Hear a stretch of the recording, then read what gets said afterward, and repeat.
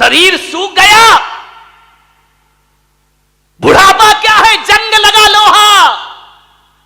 लोहे पर जंग लगता है जब पानी की मार पड़ती है, और जिंदगी को जंग लगता है जब अपनी औलाद का दुष्कार मिला करता है, जब अपनी औलाद से उपेक्षाएं मिला करती हैं। एक बात अंतर इतना है कि लोहे को जंग बाहर से लगता है, और जिंदगी को जंग भीतर से लगा करता है। बाहर की जंग को मिटाने के लिए कोई रेख मार्ग मिल जाता है बाजार में, मगर भीतर की जंग मिटाने का कोई भी उपाय हमारे पास नहीं हुआ करता है। उस बूढ़े ने बच्चों को पढ़ाया लिखाया, उसकी पत्नी की मौत हो गई, अकेला बुढ़ापा, 2 बेटे, एक डॉक्टर, एक इंजीनियर, पढ़ा लिखा के बड़ा किया। बड़ा आश्चर्य होता है मुझे कि एक बाप अपने 4 बेटों को पढ़ा लिखा के योग्य बना देता है, अपने 4 बच्चों को खिला देता है एक बाप, लेकिन 4 बच्चे मिलकर के बुढ़ापे में एक बाप को रोटियां नहीं दे सकते हैं। मेरे भाई, जब छोटे थे तो इस बाप ने तुम्हें खिलाया था, पिलाया था, आज बुढ़ापा है, 4 बच्चे रोटियां नहीं दे सकते उसको। अरे तुमसे अच्छा तो वो बंदर होता है जो नाच नाच कर मदारी का पेट भर दिया करता है। ध्यान रखिए, क्या जिंदगी है हमारी, क्या जीवन है हमारा। अपने ही घर में परायेपन का बोध, ऐसे रहते हैं जैसे पड़ोसी के घर में रह रहे हो।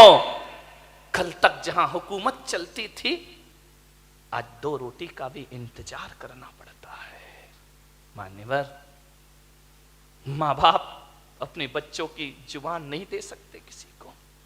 क्या हालात बना दिए हैं कि बुढ़ापे में मां बाप बच्चों के सामने चुपचाप हाथ बांधे खड़े रहते हैं। ध्यान रखें, उनके पास कुछ नहीं है। उस बूढ़े बाप को बहुएं पसंद नहीं करती थी, फूटी आंख नहीं सुहाता बूढ़ा उनको, बड़ी परेशान हो गई बहुएं। बूढ़े बाप ने देखा, यार इन बच्चों को मैंने पाला पोसा बड़ा किया, आप विचार तो करो एक बार, माँ बाप की तपस्याएं, मैं संत हूं, मैं दिगंबर संत हूं, लेकिन आज मैं आपके सामने कह रहा हूं कि 23 साल हो गए मुझे सन्यास में रहते रहते, लेकिन मैं विश्वास के साथ कहता हूं कि 23 साल में जितनी तपस्या मैंने नहीं की होगी, उससे ज्यादा तपस्या मेरी मां ने मुझे पालने में की होगी। मां ने क्या पाते हो तुम अपनी जिंदगी में? मां बाप के एहसान। बड़ा आश्चर्य होता है कि जिस मां ने 9 महीने तुम्हें कोख में रखा, बुढ़ापे में उसको कमरे में नहीं रख सकते हो तुम। ध्यान रखिए, जिस मां ने आंचल का दूध पिलाया, उस मां को मटके का पानी नहीं पिला सकते हो। जिस मां ने, विचार करिए, आज जो तुम बोल रहे हो, अरे बेकार है वो औलाद जो अपने बाप को चुप कहती हो। ध्यान रखिए, कैसी औलाद है। मां बाप कुछ बोलते हैं तो बच्चा कहता है आप चुप रहिए। अरे जीभ गल के गिर जाना चाहिए आपकी, मां बाप को कहते हो चुप रहिए। जिसने बोलना सिखाया, जब तुम पैदा हुए थे तुम्हें तो बोलना भी नहीं आता था। बताइए सबसे पहले बोलना किसने सिखाया था? इस मां बाप ने। और इसी दिन के लिए सिखाया था कि जब तू बोलना सीख जाए तो हमें कहना कि तुम चुप रहो।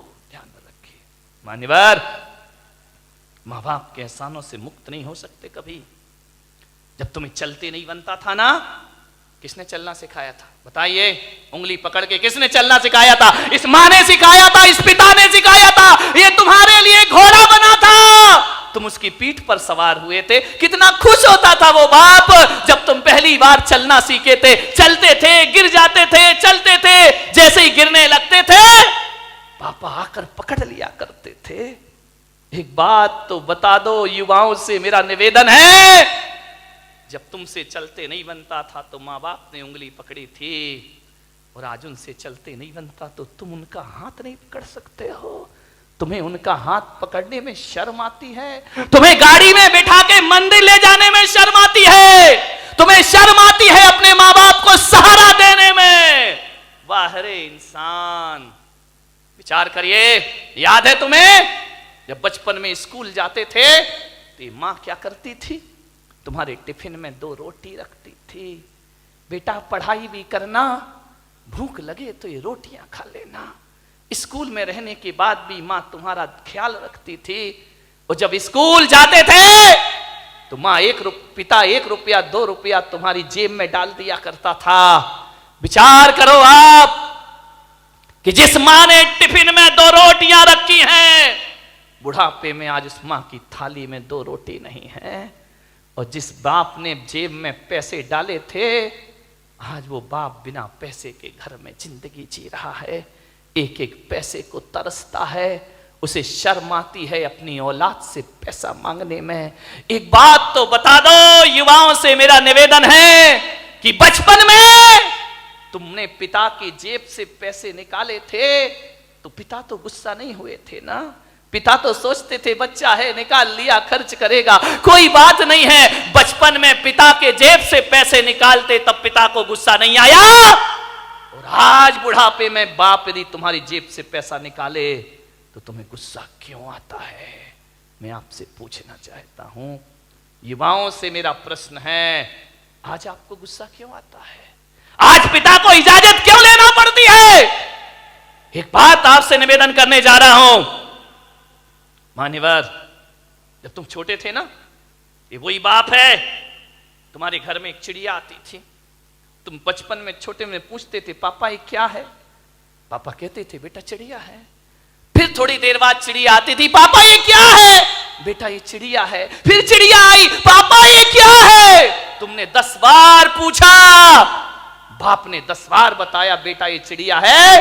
पापा को गुस्सा नहीं आया ना?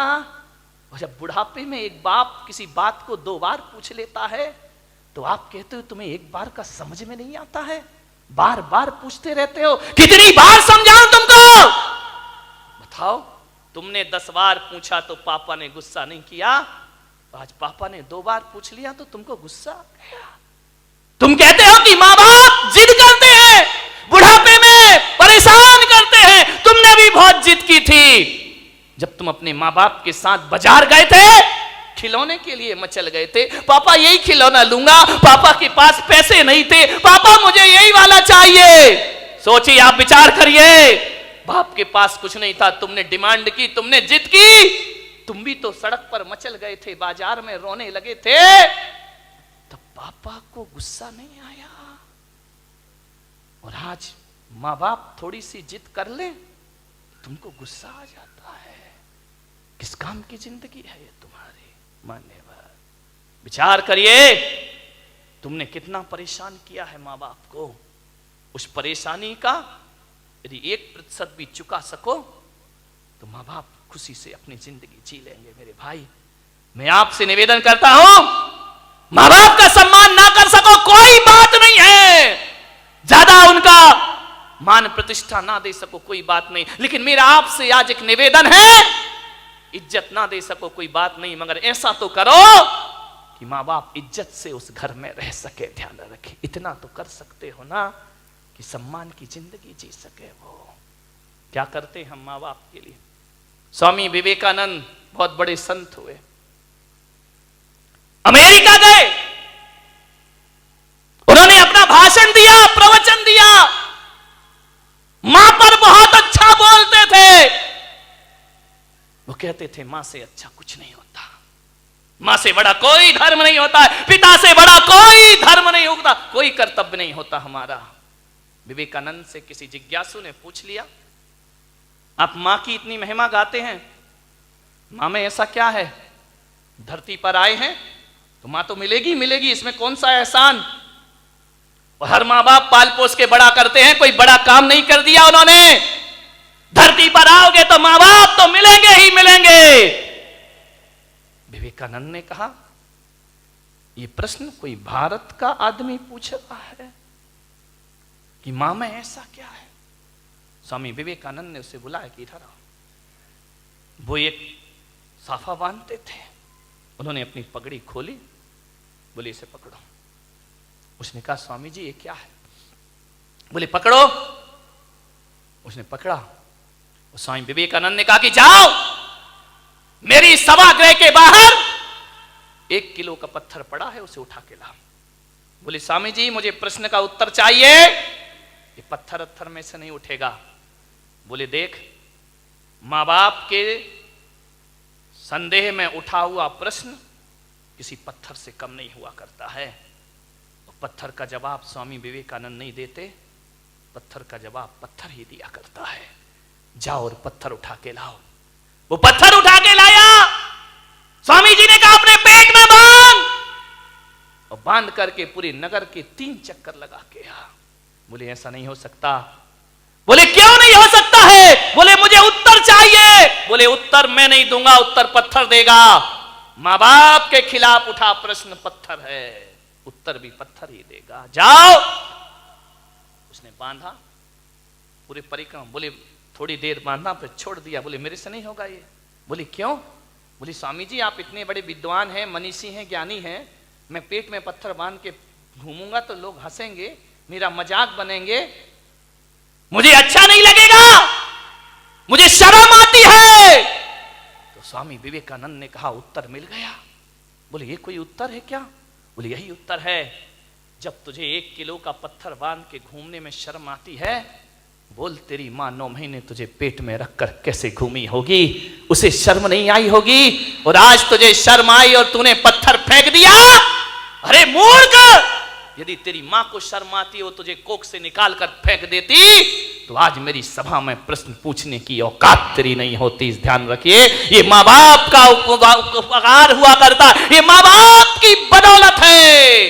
एक बात याद रखना मेरे भाई, आज तुम्हारे पास जितनी भी दौलत है वो मां बाप की बदौलत है। ध्यान रखिए, मां बाप नहीं होंगे तो कहां से डॉक्टर बन जाओगे, कहां से इंजीनियर बन जाओगे? अरे मां बाप का एहसान मानो, एहसान मानो इस मां का। गर्भपात की दुनिया में भी तुम्हें जन्म देने की ताकत रखी है उसने। यदि जन्म से पहले मार देती तो आज यहां बैठ के प्रवचन नहीं सुन रहे होते तुम लोग। आज जो इज्जत तुमने कमाई है ना, ये मत सोचना कि पढ़ लिख के इज्जत कमाई है, ये मत सोचना कि दौलत कमा के इज्जत कमाई है। आज किसी संत की सभा में इज्जत से बैठे हो तो अपनी बदौलत नहीं, अपने मां बाप की बदौलत बैठे हुए हो। ध्यान रखिए, मेरा आपसे निवेदन है, यदि ये मां तुम्हें जन्म देके किसी कचड़े घर में फेंक देती ना, जैसे आज बुढ़ापे में तुम उसे फेंक रहे हो, यदि बचपन में इस मां ने फेंक दिया होता ना, तो ना तुम्हारी जात का पता चलता, ना तुम्हारे बाप का पता चलता, और इस धरती पर नाजायज औलाद बनकर जीते रहते। कोई तुमसे शादी करने को तैयार नहीं होता मेरे भाई। माँ बाप ने जिंदगी भर अपना चरित्र बचाया है, इस माँ ने अपने सतीत्व को बचाया है, उस पिता ने अपने चाल चलन को सुधारा है, तब जाकर तुम इस समाज में इज्जत की जिंदगी जी रहे हो मेरे भाई। ध्यान रखिए, ये इज्जत भी माँ बाप से मिली है, ये नाम भी माँ बाप से मिला है। और तुम्हें डॉक्टर बनाने से पहले तुम्हें डॉक्टर बनाने का सपना माँ बाप ने देखा था, तुमने बाद में, तुम्हें तो अकल भी नहीं थी, तुम्हें तो समझ भी नहीं थी कि इंजीनियर क्या होता है, डॉक्टर क्या होता है। माँ बाप तुम्हें बनाते हैं। आज तुम जहां भी हो, संतों की बदौलत, भगवान की बदौलत हो या ना हो, माँ बाप की बदौलत आज तुम जहां पर भी हो। ध्यान रखिए, माँ बाप का हाथ है इसमें।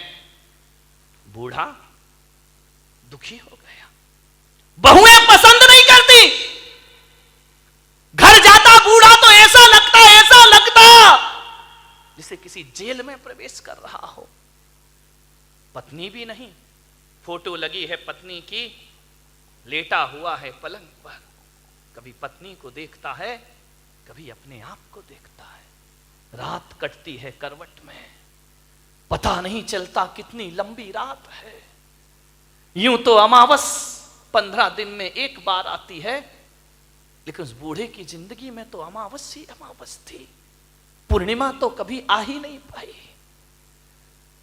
सुबह ताने भरे शब्दों से नाश्ता मिलता, उलाहना दे करके 2 रोटी मिलती, करते क्या हो तुम यहां बैठे बैठे? कुछ नहीं बोला बूढ़ा। ठीक है, जाए भी तो जाए कहां? बड़ा दुखी था, मर भी नहीं सकता, मौत भी नहीं आती, जी भी नहीं सकता, जीने जैसा कुछ बचा भी नहीं है। बहुत दुखी है बूढ़ा। थोड़ा बहुत टहलाता, यार दोस्तों में बैठता, शरीर में ताकत नहीं, कुछ कमाए, कुछ मेहनत करे, फिर घर लौट आता। और घर लौटता तो ऐसा लगता कि किस दरिंदगी की जिंदगी में मैं वापस लौट आया हूं।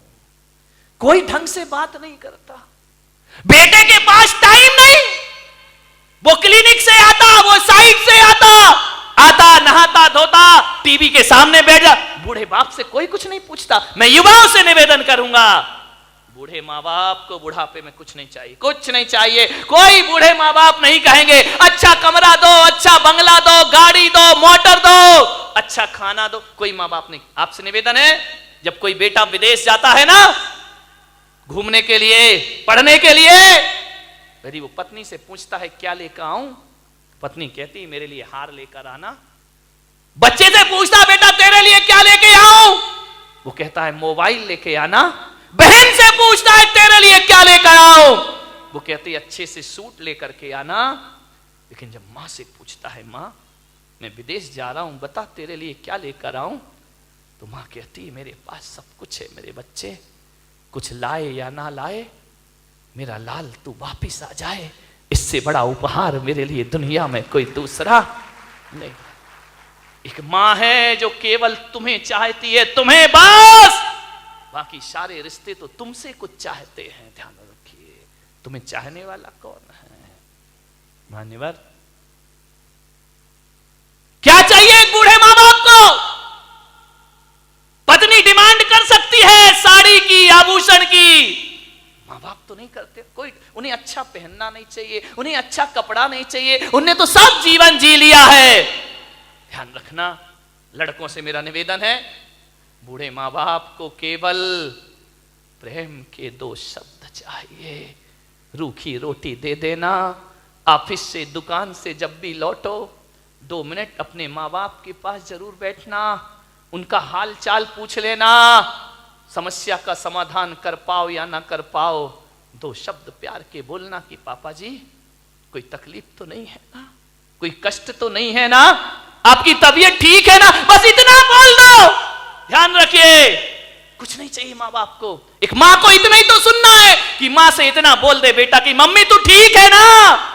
मैं आज आपसे पूछता हूं, एक सच्चा बेटा होगा तो आज जाके घर में माँ बाप से पूछेगा कि माँ बाप, माता पिता जब तुमने मुझे जन्म दिया था क्या सोच के जन्म दिया था? एक बात पूछना प्रश्न अपनी माँ बाप से, क्या सोच के तुमने जन्म दिया था मुझे? आप बताओ पिताजी, जैसा आपने सोचा था मैं उसके अनुसार हूं या नहीं हूं? पूछ लो एक बार अपने माँ बाप से। किन अरमानों से जन्म दे के पाल पोस के बड़ा किया था, मैं आपकी इच्छाओं के अनुरूप जीवन जी रहा हूं या नहीं जी रहा हूं? और माँ बाप यदि कुछ ना बोले तो समझना कि तुम अभी वैसा जीवन नहीं जी रहे हो। और मैं पुलक सागर आपको कहता हूं कि माँ बाप यदि चुप हो जाएं तो कसम खा लेना कि आज से मैं माँ बाप के अनुसार जिंदगी जीने का प्रयास करूंगा। ध्यान रखिए, और जो बेटा ऐसा कर लेगा वो किसी संत से कम नहीं हुआ करता है। बेटा व्यवहार बदल लीजिए। किसी को डांट के फटकार के चुप करने से समस्या का हल नहीं होता है। डांटने से किसी की स्वभाव को नहीं बदला जा सकता है, हृदय परिवर्तन से स्वभाव को बदला जा सकता है। मान्यवर, हमारी डांट फटकार से थोड़ी देर को तो आदमी चुप हो जाएगा, शांत हो जाएगा, लेकिन इससे जिंदगी के कोई समाधान नहीं होंगे। हृदय को बदलिए। एक पिता था, उसकी एक लड़की थी, बहुत प्यार करता था लड़की से, अपनी प्राणों से ज्यादा प्यार अपनी बच्ची से करता था। हर पिता करता है, कौन है जो अपने बच्चों को प्यार नहीं करता है? इतना प्यार, माँ बाप के लिए बच्ची सुंदर हो या गोरी हो या काली उसका कोई फर्क नहीं पड़ता, बच्ची तो बच्ची हुआ करती है। बहुत प्यार करता था लड़की से, हर इच्छा उसकी पूरी कर देता था। बेटी के जुबान पर कोई बात आ नहीं पाती कि पिता उसकी हर मुराद पूरी। अरे भगवान से मांगने में तो थोड़ा समय लग जाता था, मिलने में, लेकिन बेटी ने यदि कुछ कह दिया तो पिता सबसे पहले अपने बेटी की इच्छा पूर्ति करता था। उसने कहा मैं ऐसा पहनूंगी, ऐसा खाऊंगी, ऐसा रहूंगी। पिता ने कहा ठीक है बेटा। बहुत प्यार था उसे अपनी बच्ची से। मान्यवर, मेरा आपसे निवेदन है, अपने बच्चों से प्यार करो, बहुत प्यार करो, बहुत लाड करो, बहुत दुलार करो।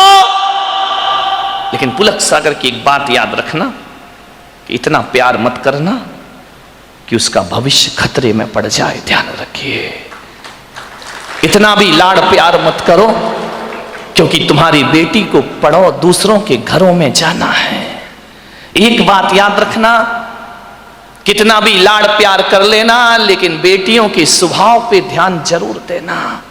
हकीकत में बताऊं तो 90% ससुराल खराब नहीं होती, 90% हमारी बेटी का स्वभाव खराब हुआ करता है। ध्यान रखिए, आपको विचार करना है। इतना लाड़ मत करो कि वो जिद्दी हो जाए, वो बड़े छोटों का भेद ही भूल जाए, वो मान मर्यादाएं ही भूल जाए, वो भूल जाए कि मैं भारतीय नारी हूं। ध्यान रखना, सुविधाएं दो, इतना मत देना कि कल तुम्हारे लिए उसका प्यार दुखदाई बन जाए। ध्यान रखिए, उस पिता ने, सेठ ने बहुत प्यार किया अपनी बच्ची को, इतना प्यार कि वो लाड़ लाड़ में लड़ंका हो गई। एक बात ध्यान रखना, लड़ंका बहू से घर नहीं चलता, लड़ंका नहीं प्रियंका चाहिए। ध्यान रखिए, विचार करिए, लड़ंका नहीं चाहिए, लड़ने वाली नहीं चाहिए, जो खुशियां बांट सके ऐसी बेटी अपनी बना करके तैयार करो। उसने, सेठ ने बहुत प्यार किया, जिद्दी हो गई, 8-8 बजे सोकर उठती, कोई कुछ कहता तो 1000 जवाब देती, झल्लाहट रखती, झुंझला के बात करती।